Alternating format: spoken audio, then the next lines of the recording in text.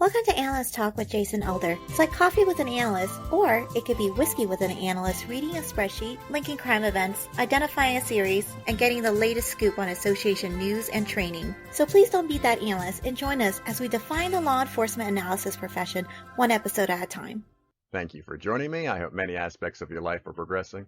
My name is Jason Elder, and today our guest has 29 years of law enforcement analysis experience, all with the Nashville Metro Police Department.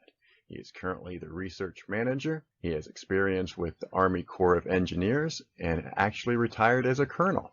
He had 2 deployments to Iraq while being an analyst. Here to share his perspective before he retires in January. Please welcome Richard Kilburn. Richard, how are we doing? I'm doing great.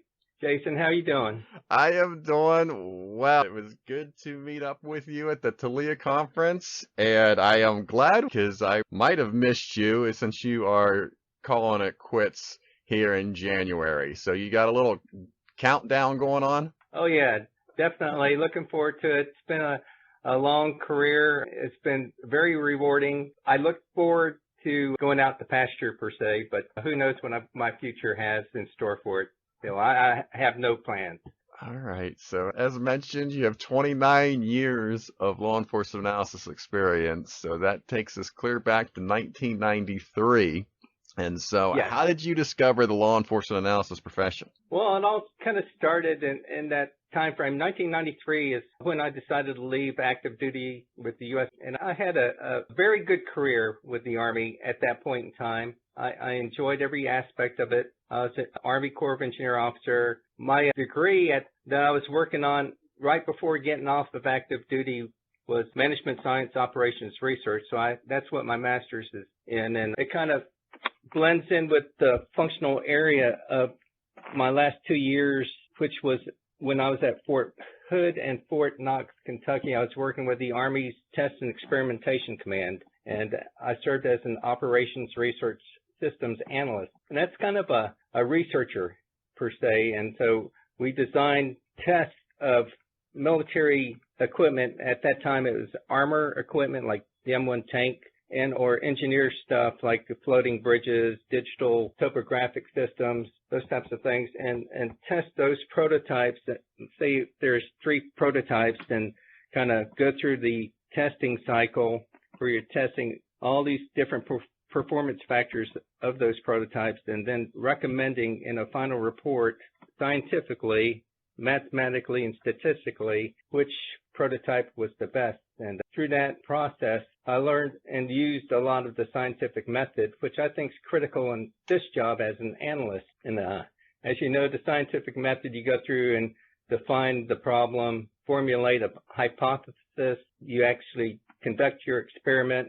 And in this realm of things in policing, it's kind of a quasi-experimental kind of design. And then you analyze that data and you make your conclusions. And so I was doing that with the Army and gained a lot of experience. And so back in 93, when I decided to get out of the Army off of active duty, my wife and her family, I can tell you a little story. They were looking at starting up a sewing business, selling and repairing Bernina sewing machines. And that franchise kind of offered them several locations to look at, one being Nashville, Tennessee. And that's kind of where they saw their future. And so likewise, that's what I was looking at, moving here to Nashville with my wife and her family. And I was in North Carolina at the time, and I saw a posting with the Metro Nashville government, and it was for a research analyst. And I thought, well, that's a perfect fit, especially after reading the description. And the problem was, though, that analyst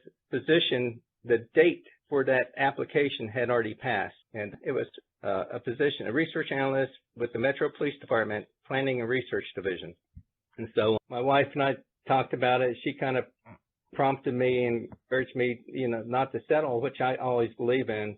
And so I called the Human Resources Department and talked to the contact person. Ended up, they talked to the hiring individuals within the department, the assistant chief and the division commander that was looking to fill that position.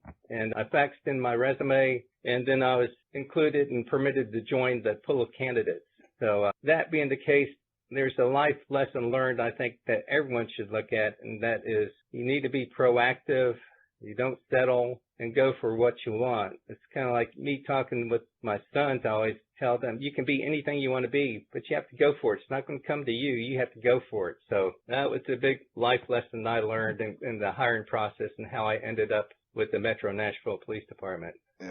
I thought you were going to say that your life lesson is to make phone calls and not just text or send emails. Right. So let's a couple of things, follow-up questions from what you said. With the military, you talked about testing and we went into a couple of the weaponry, and I'm certainly there's still some stuff that you can't talk about that you would have tested. But is there any stories there that you think about during your time trying to test the products and make recommendations? I guess the entire experience was kind of the thing, and working with all these different individuals. Some of these, I did work on quite a few classified tests because my clearance was at a very high level. I had a top secret clearance, and accordingly they kind of assigned me all those very classified tests. But I was amazed at some of the stuff that the government was working on, and so that was a long time ago, and that technology, still has bearing today, some of the things that they were looking at. But the minds that were involved, those D's from Georgia Tech, Stanford, MIT that were out on these test sites doing their thing, and, and how it may apply towards the military and the government, I think that was just amazing, and I learned a lot from that. But the other thing was, I had mentioned that I had worked on the digital topographic system that the Army engineers they were testing at the time, and that kind of branched off into, we're looking at it in how things apply with crime analysis, SRI, and all the crime mapping applications that are around today. Back then it was more, everything was workstation driven, and the software was a little bit, it was slower. The digitizing process was much slower. But it was funny to see how those things were conducted then and how they're achieved today in just a point and click, pull down menu. A lot more streamlined today. Oh, yeah. So that makes me think of this. So the GPS came from the military. So did you work on any GPS related projects at this time? There were some applications, and one of the classified tests had to deal with some GPS stuff, and yeah, that's all I'm going to say about that. Okay, all right. Definitely don't want to get you in trouble, right? I want you to enjoy retirement, right? So, all right, understood. So you apply for this position, and it's a closed application, but you make a phone call. You get into the process, and as you told me yesterday, when you're going through this interview process, you're going up against people with PhDs and a lot different experience from you. Yes, sir.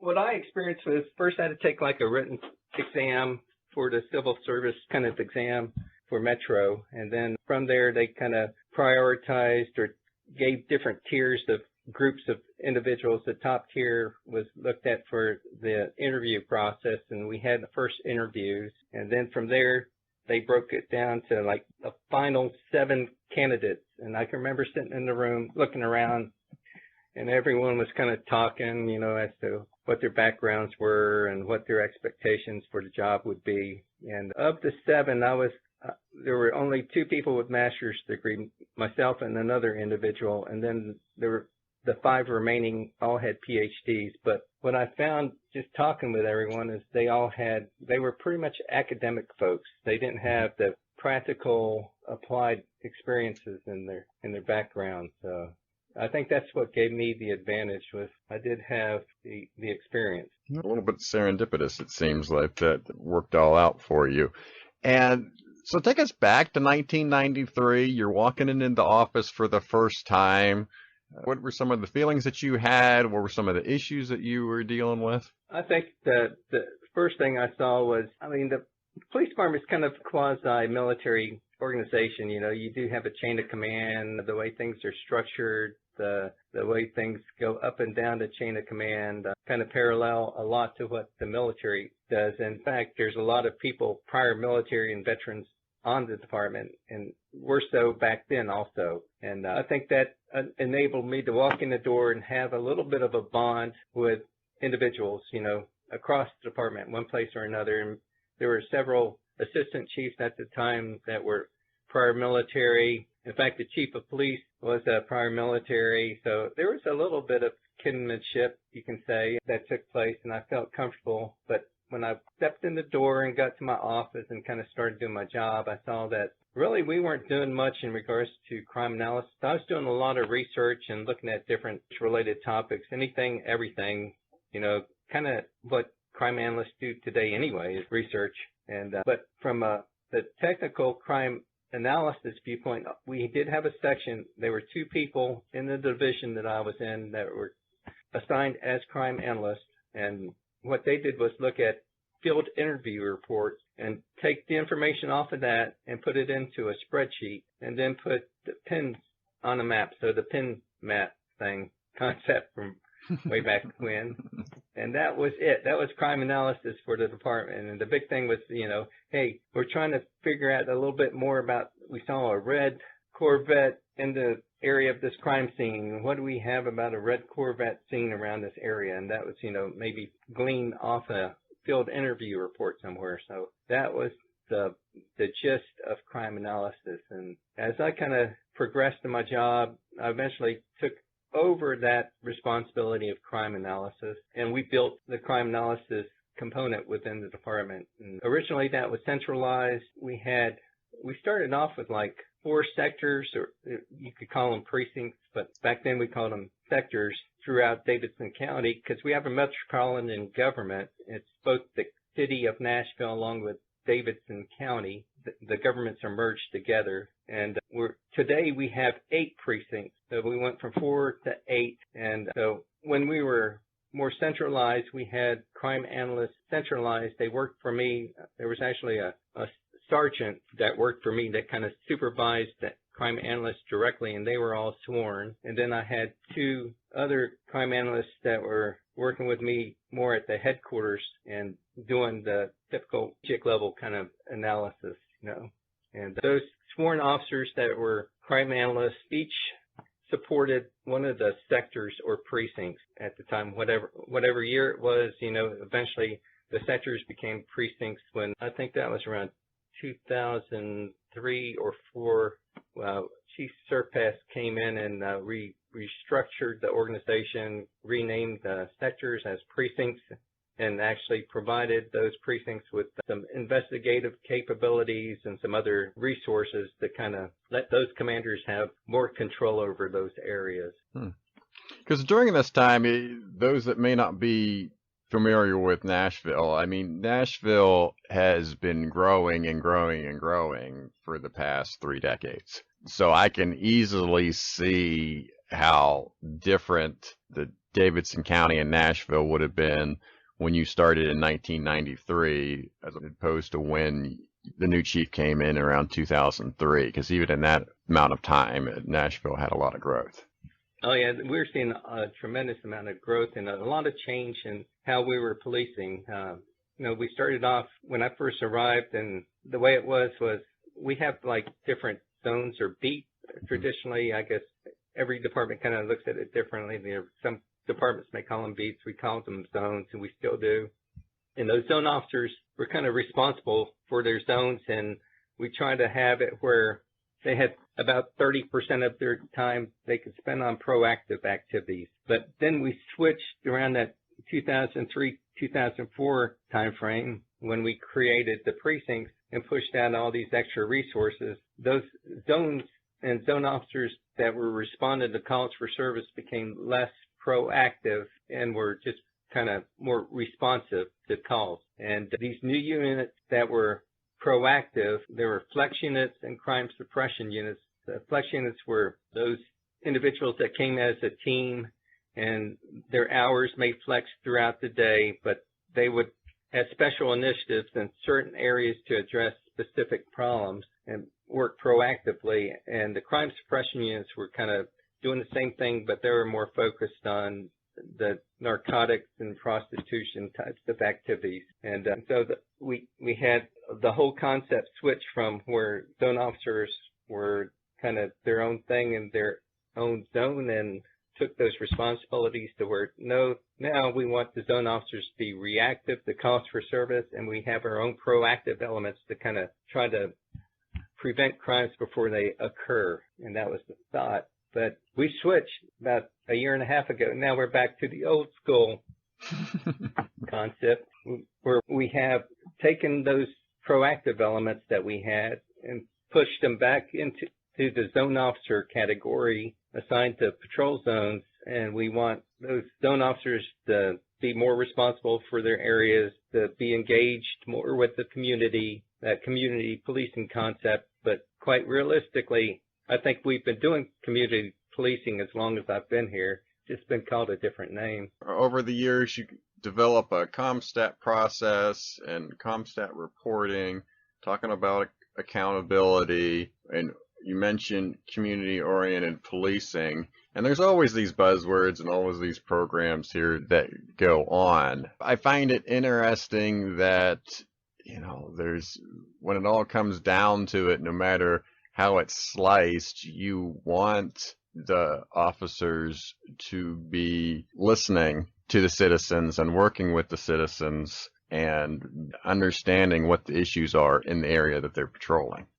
Yeah, without a doubt. I mean, that's truly always been the case to some degree, but as I mentioned, we kind of switched out and created all these proactive types of things. Those zone officers really weren't afforded the opportunity to do that very much because they didn't have that amount of proactive time anymore. They were just running from calls to calls, And so we want to get back to that, and that's our attempt now as a department. Yeah. So what was that decision based on, switching gears like that? I think society's changed.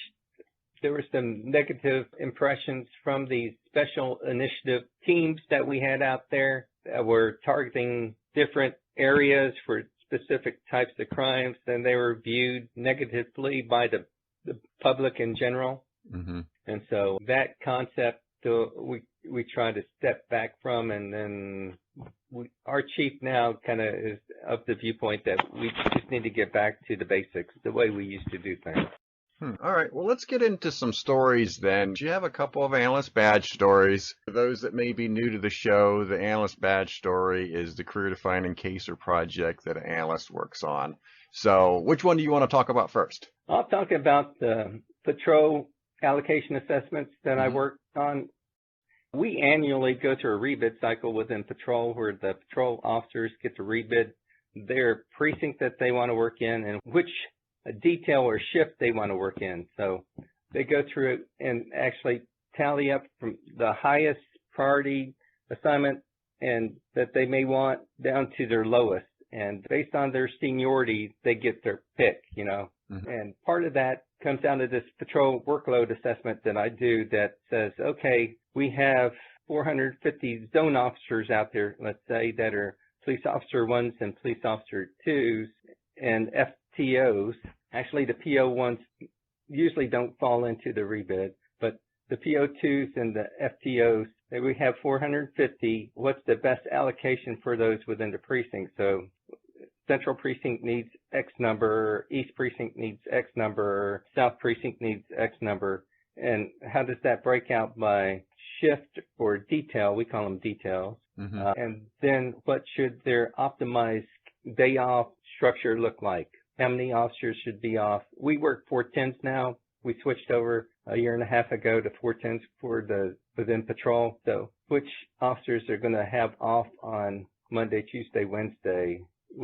How many officers on that detail and precinct are going to have off on Tuesday, Wednesday, Thursday? So I go through and do that. But way back when, I guess my badge I want to talk about is back in 94 or somewhere in that ballpark. I remember going to a conference and there was a Sergeant Mark Stallo from Dallas Police Department, and he had developed like a little Excel program using Solver that went through and kind of helped look at how to kind of assign and allocate officers by day of week and hour of day. And so after attending that, I kind of stole some of his ideas, and I went into Microsoft Excel in the solver, and I used some math programming and established conditions to determine optimized scheduling for the patrol officers we had back then. And I thought that was very credible because prior to that, I mean, there was no scientific approach to any of that. It was pretty much just what I guess the leadership felt. You know, here's how many officers should be assigned to each of the sectors or precincts. We kind of transitioned from there, actually. And I was kind of proud of that work that I did. We actually ended up, I applied for a Cops More grant back in the day, and we ended up with a program called Police Resource Optimization System PROS that was developed by Analysis Central Systems for workload analysis, and we used that for a number of years. But the first time I ran that, it was equivalent to saving $17 million of manpower by better allocating the patrol personnel and matching them up with the demand for patrol services. Okay. So, that's impressive. $17 million in the 90s? That's a good bit of coin. Yeah, that was pretty decent. And then today, now we use actually Corona Solutions deploy software, and we do the same thing with it. And so over the years, it kind of helps. I mean, everyone has, all these departments that I talk to, everyone has issues about police resources. I'm talking about personnel, you know, hiring, loss of sworn, all those types of things. And we need to maintain a good way, scientific approach of optimizing what we have by scheduling and allocating those officers when and where they're needed. And so that's what the software actually does. Yeah. So what are some of the key indicators that you've looked at? Most of the time, you know, you talk about calls for service to an area. That's usually one that's high on the list. What are some of the others? Well, when we assess all this stuff, I mean, essentially, we're looking at all the calls for service information from the CAD system. No matter if it's a barking dog or if it's a murder, it requires an officer activity, you know, their presence at a location to do something, that demand for service. And it's just important to be aware of that. But the thing that comes out of it, the lesson learned is, you know, many times what we find is we don't have enough officers. And so we can use some of this analysis to go to the mayor or the city council and say, hey, it would be helpful to have additional officers so we can not have all these pending calls per se. So that's one thing to look at, because as time has progressed, and you talked about the growth in Nashville, and I know you're very familiar with it, living here for a while. Mm-hmm. We have so many people here now that the change has been tremendous, that it's not uncommon to see some calls, you know, where the citizen calls in and it takes hours before officer can arrive. So that's a great concern, and that's part of the things that need to be looked at in this whole process. The other factor that comes into play is if we don't have enough officers, and if they're running from call to call and we can't meet minimum staffing for safety reasons, for officer safety, you know, we always want a minimum number of officers out on the street at a given time for safety reasons and to be able to service the public. But they're not able to take excuse days off, their vacation days or whatever, whenever they need to. And that leads to an impact on their morale. Likewise, if their morale's low, then we may lose them. We don't want to do that nowadays. Mm-hmm. And recruiting is becoming harder and harder. So all this stuff kind of blends together with that. Yeah. So it seems like it could obviously difficult to get the right data to assess the situation. You had mentioned in the beginning of the interview the scientific method and coming up with hypotheses and testing them out. But in this case, when you say how many officers is enough officers, that's a very difficult question to answer. It is extremely difficult. And, I mean, you're looking at millions of data points out there when you're looking at CAD data. And that's one thing good about these vendors. Now we have Corona Solutions deploy software. They get our CAD download, and we can look at that information one way or another and slice and dice it. So it takes all that, it lets you kind of data mine it a little bit and come out with some results that make sense and can have some impact for decision makers throughout metro government, you know. So I'm just thinking, is what data points could be out there that you could leverage for this situation? Because calls for service is only going to take you so far, right? That's where you actually have to have somebody making the calls for service, and some people are a lot happier to make calls than others, as we know. Is there data sets out there that you wish you were able to leverage for this project? No, I think we've been pretty fortunate. As you mentioned, I've been here 29 years as a goal, and one of my critical thoughts from the beginning, day one, was needing to gain access to all the data. We're fortunate. As a crime analysis section and within strategic development, we and all the analysts that work here have really good access to the forms of data that we do have, whether it's from our record management system, our RMS, or if it's through the CAT system, which is managed by an entirely different department within Metro. We still have access to that information. We do get other information to kind of consider, some stuff from the planning department, looking at the growth patterns, permit, all those types of things that take place. And that also is where our Metro IT department is where the GIS custodians are for the government, Metro government. And they provide us with some of those additional layers that are nice to look at a time to see different perspectives on things. All right. Let's move on to your other stories then. So I'm interested to hear about this serial murder case that you worked on back in 1997. Yeah, but we had the AKA fast food killer, Paul Dennis Reid, in Nashville. And back in 97, I worked with some detectives along with another individual in the crime analysis section. And we developed a number of maps that were used in the courtroom that helped depict the travel path of Paul Dennis Reid during his murder sprees. And along with that physical evidence that was obtained during the investigation, the maps helped the jurors kind of better visualize the places and times associated with how the cell phone towers matched up with the locations and times of the murders. And so I felt that was something of, one of those badge things to talk about, because Paul Dennis Reid, that was a big case here. And he was convicted and sentenced to death for 7 murder counts. It was big news. The public really didn't feel safe during that period of time. What was his MO? He would go into these fast food restaurants, McDonald's, Captain D's, Baskin Robbins, and went in there and rob the employees in the store and then shoot them, like execution style. So was he doing this like late at night when there wasn't very many people around?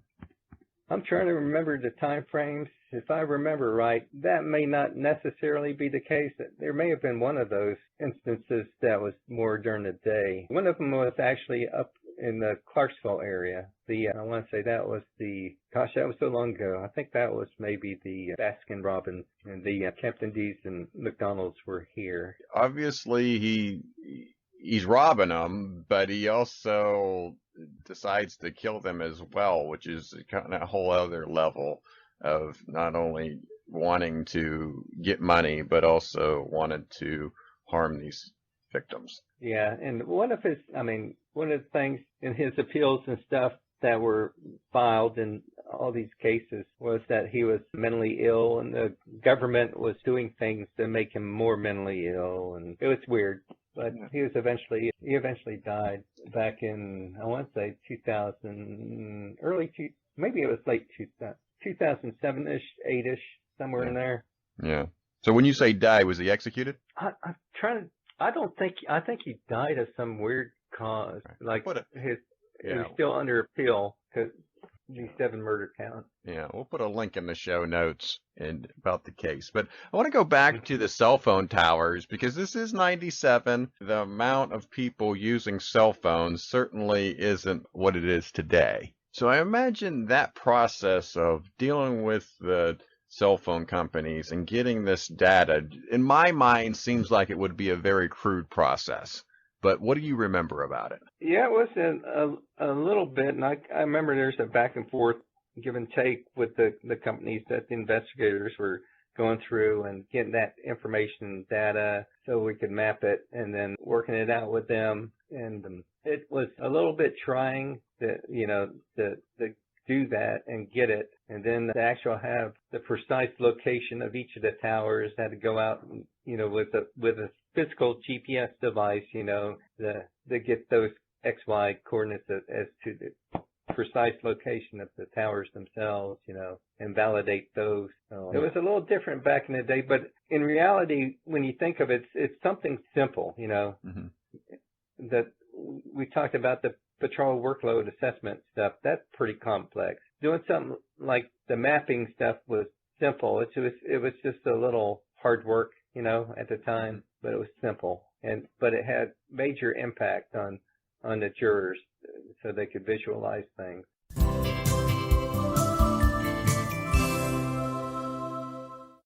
What's going on, analysts? My name is Manny Pedro. I'm the technology director for the IACA, and here is my public service announcement for analysts.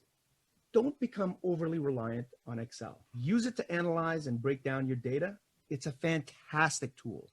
Fantastic, and it's free as part of the Microsoft Office offering. But don't use it as a database. Use a database as a database, connect to the database with Excel, and then use it for your pivoting, for all your slicing and dicing, even developing your dashboard. But again, don't use Excel for everything because it may not be the best tool for you. Hi, my name is Brian Napolitano, and I'm here to talk about name badges. When you're attending a training or a conference, please make sure your name badge is at an appropriate height and is legible enough so that strangers won't be staring where they shouldn't, just so they can figure out your name. Thank you for listening.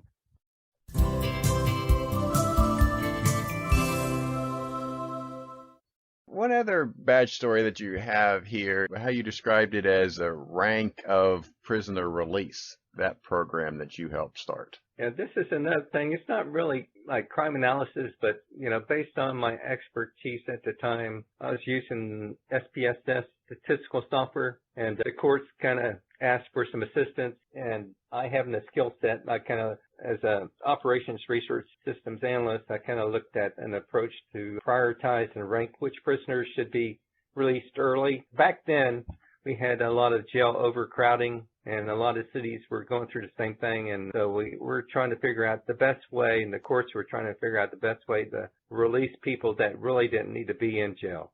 Mm-hmm. And so I developed a program using simplex, which is like a mathematical algorithm, min-max theory, and decision analysis and gaming theory were combined in there to determine which prisoners should be released. And so the judge could run a report every day and look at it, and at the top of the table or the list, decide how many and who they would release. And that programming algorithm and everything that I did using SPSS was later incorporated by Oracle, came in and provided some software services to the courts, and they took what I had and incorporated into their Oracle services and gave the courts that ability that they could do across the board. But before then, I actually had to take a little SPSS program and kind of install it on a separate little computer with that program that I wrote, and then the courts could kind of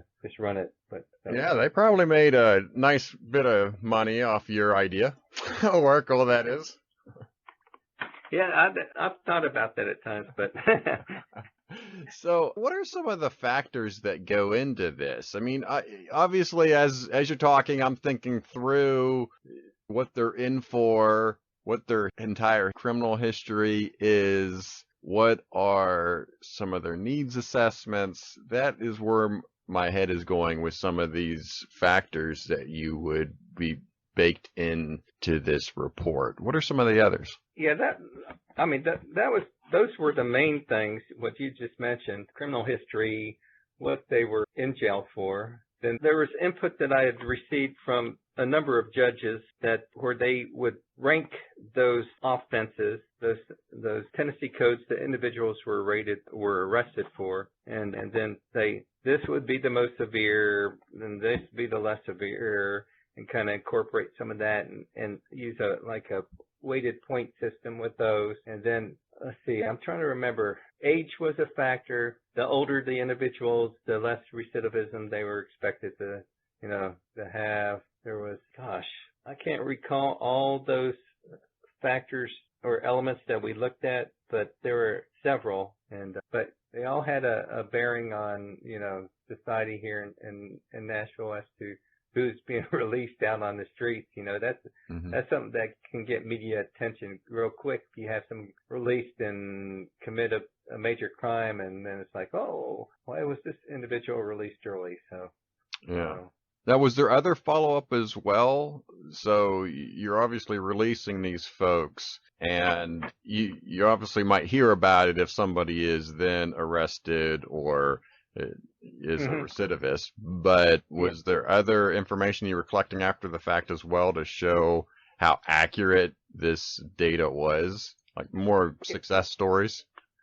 There was some look at the recidivism rate for those early releases, and it was determined that it was acceptable, and that it was a smart and logical program, and they felt confident in the results that they saw. The rate was low, you know, so the judges, you know, sometimes can be hard to please, and they're the ones that were making the final decisions on all that. So how was the scientific method applied to this project? Well, first you have to define what the problem is, and kind of what we're just discussing and going through. What are all those elements that you really need to consider, and then, you know, analyze it all kinds of different ways, kind of looking at it separately from even the program that came out with the early release rankings, you know, just delving into all kinds of research and what other people are doing and other cities are doing, and then scientifically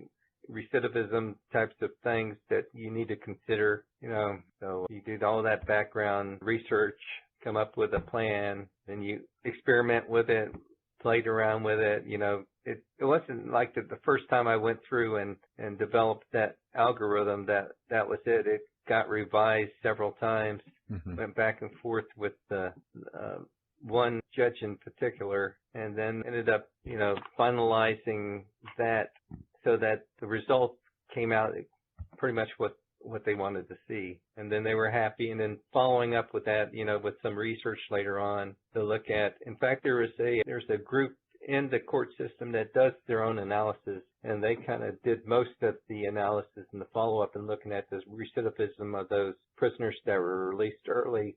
And I looked at it also, but they actually did more of a deeper dive than I did.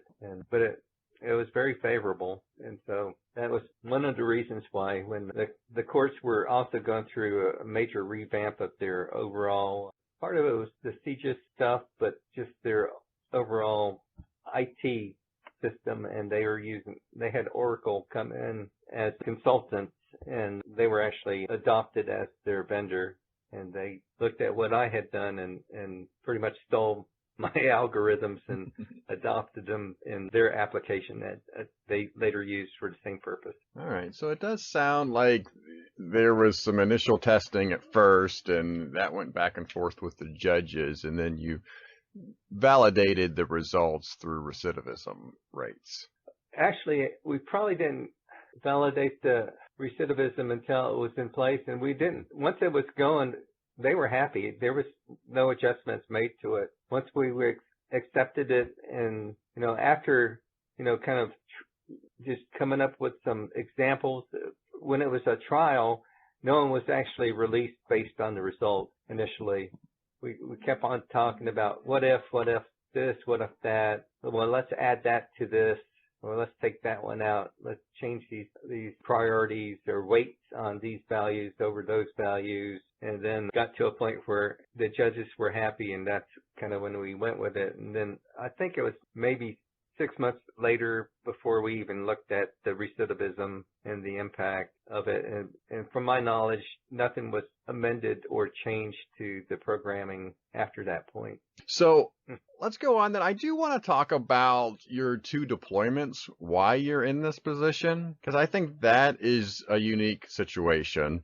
You are the research manager in this unit, and you end up getting deployed because you're still in active reserves. You have two deployments to Iraq that last over a year each, right? Each were a year. So Okay. as a reservist, you kind of get deployed for a year. Many of the active components may get, some of them were only getting 4 months deployment, some of the Marines, but many of the Army were getting like 6-month deployments. It just depends. And then others were getting yearly, like a year's worth of deployment, as in my case. But Yeah. yeah. So, and then you're doing similar work where you're working with Army Corps of Engineers and you're doing testing during this time, correct? I was an Army Corps of Engineer officer, and I was kind of doing engineering stuff. Mhm. And my first deployment was with the Gulf Region Division of the Army Corps of Engineers, and I was assigned in Baghdad, and that's where our headquarters was. And we were managing all the infrastructure rebuild in Iraq. And so all that stuff that took place, like in the initial days in Iraq, where the U.S. and everyone else, all the allied partners went in and started bombing and using the smart bombs and kind of destroying the infrastructure within Iraq. Our task was to go back in and rebuild that at least to the same level it was prior to the war, pre-war conditions. So, like the electrical generating plants, those big electrical plants, the water purification plants, schools, hospitals, the oil fields, those types of things. Some people would say the oil fields were the most important. Oh, yeah. We had a whole little component within the unit that's all they worked was the oil field stuff, and that was major. That was big visibility. They kind of restored that back to where it was. Yeah. But that was our task there. So yeah. I did a lot of project management and that was my job. Then my second deployment was more so working with our bases. So all those bases that we had, our soldiers at, and Marines and sailors and airmen, actually rebuilding or providing the necessary support services there. So I worked with the major contractors that were in theater, and that involved either engineering, where you go in and construct stuff, or the contracted services of, like electricity, water, sewage, housing, all the dining facility support, the laundry support, all those types of things that are necessary to sustain those bases. And working with those contractors is kind of what I did. Yeah. My second work. So how was it, you're project manager one day, you take a year off, come back. How was that coming back from being off a year to the project managing job? I have to be upfront. It wasn't easy. I mean, when I got back to work, it's like, I got to remember all this stuff again, Mm-hmm. It wasn't, but I felt very confident in the individuals that were back here in Nashville, kind of filling in and doing the job that I normally, all that cross training that we do within the component kind of pays off in the long run, and definitely showed during that period of time where I didn't feel like there wasn't something that they couldn't handle. In fact, I would communicate periodically, via the telephone with people that were back here if there were questions or concerns, or, and just find out what was going on and everything. I mean, it definitely didn't break when I was gone, which was a good thing. So. All right, good deal then. All right, well, let's move on to some other topics then. I do want to get your advice for analysts. You've been doing the job for 29 years. What advice do you have for our listeners? I guess the first thing is just looking at the word analyst.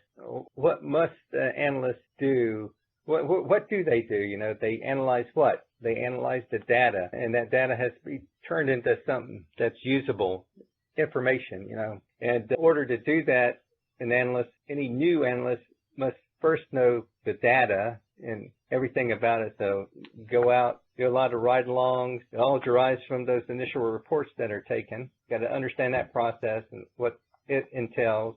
What is that information, that data?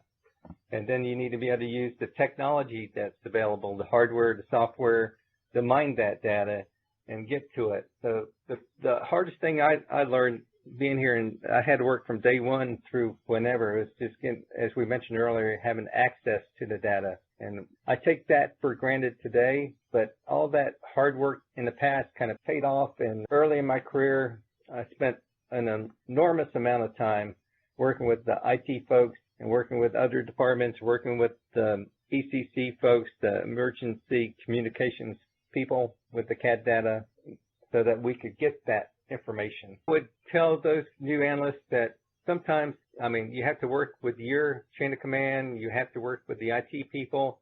Sometimes you may not be able to have direct access to the live data because that kind of slows things down, but you can work around that. You can get like views of the data, or you can have tables that are created early in the morning and pushed to you so that you don't impact the live RMS. You can use like a data warehouse and type of management approach, which just only gets those fields of data or those tables that you need.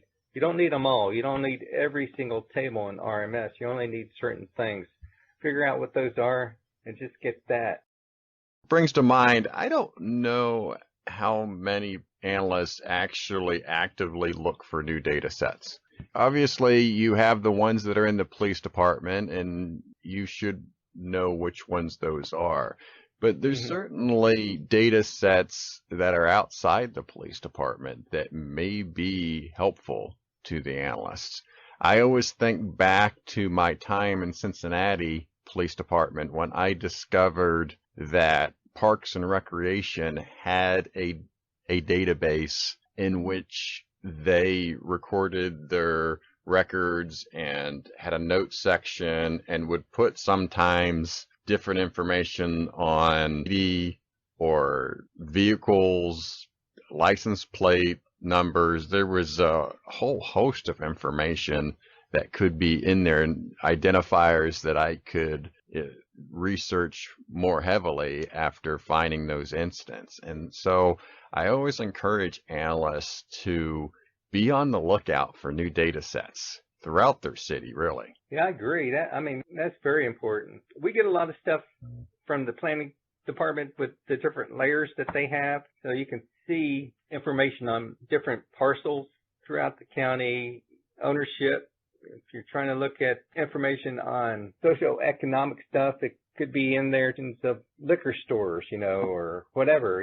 There's all kinds of stuff you can find in those GIS mapping layers. Probation and paroles is another source. I would think everyone should be trying to get that information. That's a separate thing. In our case, it's maintained by the state. You would want to look at vehicle registration information in your county. You can get that from the vehicle registration folks. Yeah, there's all kinds of sources. I can remember when we had a tornado come through. We were trying to get information on the path and where the tornado's going, the expected path.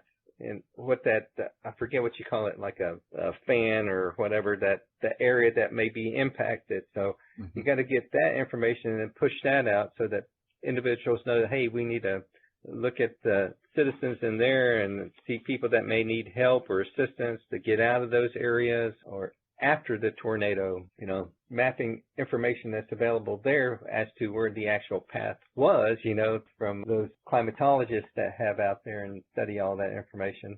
And you can actually plot the exact path and then go follow that up, So, yeah, all kinds of things out there that you really need to look at in regards to policing. Yeah. What are you surprised the law enforcement analysis profession hasn't figured out yet? And when you started in the 90s, you would think, oh, by 2022, we'll have this figured out yet. And yet we're still struggling with it. My thing is, as a crime analyst, my focus has kind of been primarily on that. But what I'm thinking is within law enforcement, the word I'm thinking is like, well, what are the analysts that we normally have?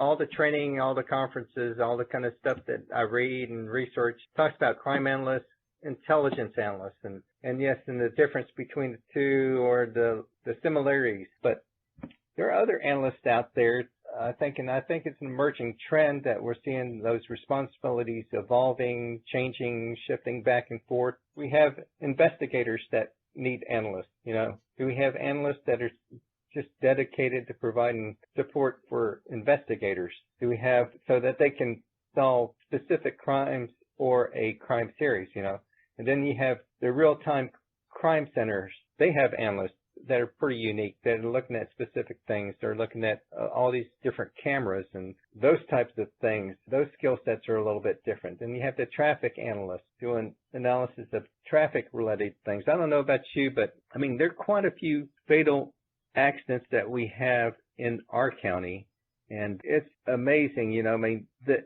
press and the media and the emphasis is always on murders and shootings and all those types of things. But really, a life is a life, and that carries a lot of value. And we do lose quite a few people from fatal traffic accidents. So that's an important thing, the emphasis on traffic analysis. Then just a general police research analyst, you know, kind of some of the things I was talking about with the patrol allocation assessments, looking at our crime reports, you know, our CompStat process. You have someone that just does that aspect of stuff. But social media analysis, who does that? Do we want everyone to do that? All those analysts to do it?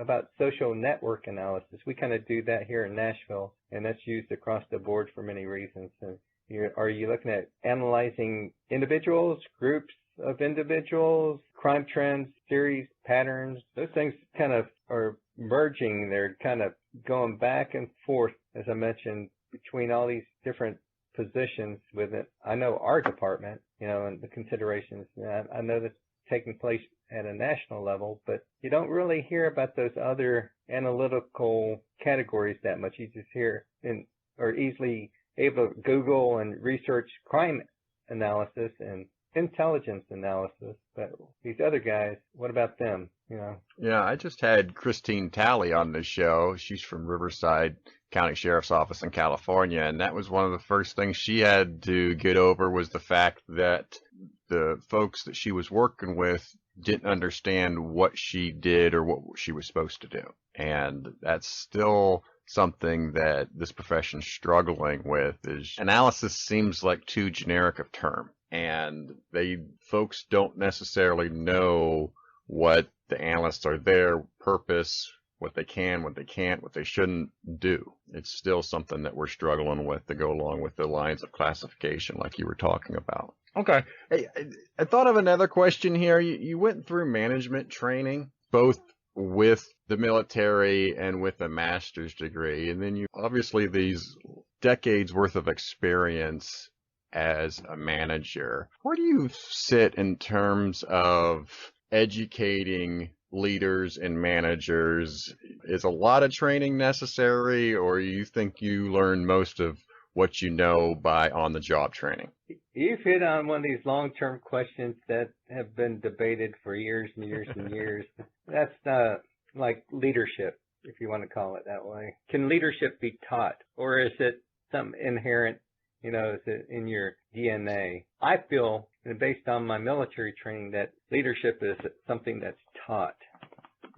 And it's something that people learn. And there are many leadership courses out there. I think for me, the military does a lot of that. They actually address it specifically as leadership training, you know, and I think that's important. So I learned a lot through the military, through Metro government here. They do have supervisors training. Most of it's focused on things you need to do as a supervisor, what forms you need to fill out for specific reasons and why, things that you need to do to kind of cover yourself, you know. Yeah. And make sure you do the right thing for the employees. So, yeah, I think everyone, I mean, there's lots of leadership books out there that, you know, I always encourage everyone that if they want to be good at what they do, they really can't just settle on going to work 8.5 hours a day or whatever it is. But when they go home, maybe buy some books on things that you know that will help improve yourself, self-improvement books, and that may be leadership in this case, and kind of read up on that. Because leadership, I do believe, is a learned thing, and you can read about it and learn from others and others' mistakes. Obviously, part of that is that, you know, as a leader, you're going to make mistakes, but you don't want to repeat those same mistakes over and over again, especially young leaders. It's almost an expectation that if you have someone that works for you, you need to groom them, and you need to allow them the opportunity to make those mistakes and learn from them. But again, stress that they shouldn't repeat the mistake over another one for you. Education requirement. Positions come up as analyst, research manager, and they may have either a bachelor's or master's degree requirement. And I've talked to several folks, analysts, about this requirement because some people don't have it. They don't have the bachelor's degree, but they've been in the analytical role. Some people have worked their way up to managers and supervisors without that degree. And so there's obviously people out there that can prove that they have the qualifications, the capabilities to do the job without actually having the degree. Yeah, I have mixed feelings on that. And what I've seen from my experiences, initially, for a job opening, say like mine, it may require a master's degree, which it does. And that may be a good start because you're hoping that someone has either experience plus the education that helps them do their job better. But the other thought is I've seen from my experience over the years, many people that have worked in a position for a large number of years and they learn on the job. So that on the job training, it can't be replicated. And every job is very unique. Every location is very unique. So like, for example, our police IT director for a number of years was an individual that kind of worked his way up from high school, had a high school education, and that was it. Didn't go for a bachelor's degree, and started off in the mainframe room working on the mainframe, and eventually became the director of the IT department in the police department. And that was just from his experience, learning on the job, learning how to program, doing all the different things, learning hardware configurations, all the conceptual things that an IT director would need to know. So in that case, I definitely see the advantage of someone that where their education may not be as important as the experience, but many times you'll see the starting positions for most people are going to be where there's going to be an educational requirement, whether, the college level, whatever it may be. But I'm never surprised when someone is selected for a position and may only have like a high school education, but they've been doing the same job for 20 years or whatever and are pulled up to a executive level or whatever you may want to call it, a leadership management role. All right, good deal. Let's talk personal interest then. You told me you're a bourbon snob.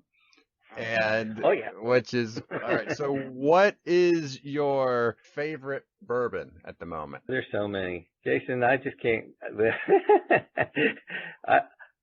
I'm not a heavy drinker, put it that way. I don't want to mislead everyone to think that I am, but I do not like. Yet, at least, right? Exactly. I do like my bourbon, and I am kind of snobby about it, and I've been into it for a number of years. I probably like. I hate to say it, but I one of my favorites are the Weller lines of bourbon. It's a wheated bourbon. Wheated bourbons tend to have like of a sweet type of little taste to them, and you can get it in a lower proof or a higher proof in regards to Weller. I think based on the fact that bourbons today are very allocated, and they're hard to get, especially in the area that we are here in Nashville. Seems like you can have people camping out overnight at a liquor store to try to get a special bottle of these allocated bourbons. And Weller being one of those, sometimes it's hard to get your hands on them, but you have to kind of groom your sources so that, like a particular liquor store, become a good customer and, get well known and kind of develop those relationships to kind of have a chance of getting those allocated bourbons. But yeah, if I could get a lot of Weller, I'd be drinking it all the time, but I just can't get it as much as I would like to, put it that way. All right. Well, hey, retirement's coming up, as we mentioned. Any plans? Right now, I think I'm just going to kind of ease off in the green pastures, just take it easy for a while. Who knows, I may end up working part-time. I may do some volunteer work, or if my wife gets tired of me being around all day, I may end up working full-time again somewhere. Who knows? Well, but, I guess could just start, standing in line for bourbon, like you mentioned. Yeah. That could be a job. Yeah, true. Hey, I do want to mention that our paths, when they first crossed, I had applied for Nashville Metro to be an analyst there, and decided not to take up your offer, and certainly no regrets, but it's been fascinating over the years for us to keep in touch as we've seen each other at the conferences every so often, and it's been great keeping in touch with you over the years, and I certainly wish you the best of luck and happiness in retirement. I appreciate it very much coming from you, Jason. That means a lot, and thank you for those words. That I look forward to in my retirement. I do. I really do. All right. We do like to follow up with our guests, so you'll have to make sure that you leave me your personal email so I can put you in the Where Are You Now segment here in a year or so. All right. It sounds great. Let's finish up with words to the world then, and this is where I give the guest the last word. Rich, you can promote any idea that you wish. What are your words to the world? My words of the world are nerd and geek. Be humble. Be proud being called a nerd or geek. Embrace the nerdism. I've had many chiefs of police that are referred to my component within the department as the nerd section, though that analysis doesn't matter if you can't communicate the results to your audience. Learn to use your visual content, use non-technical terms, become a storyteller, focus on the bottom line, and stay out of the weeds. Very good. Well, I leave every guest with you. You've given me just enough to talk bad about you later. Sounds great. But I do appreciate you being on the show, Rich. Thank you so much, and you be safe. You too, Jason. Thanks.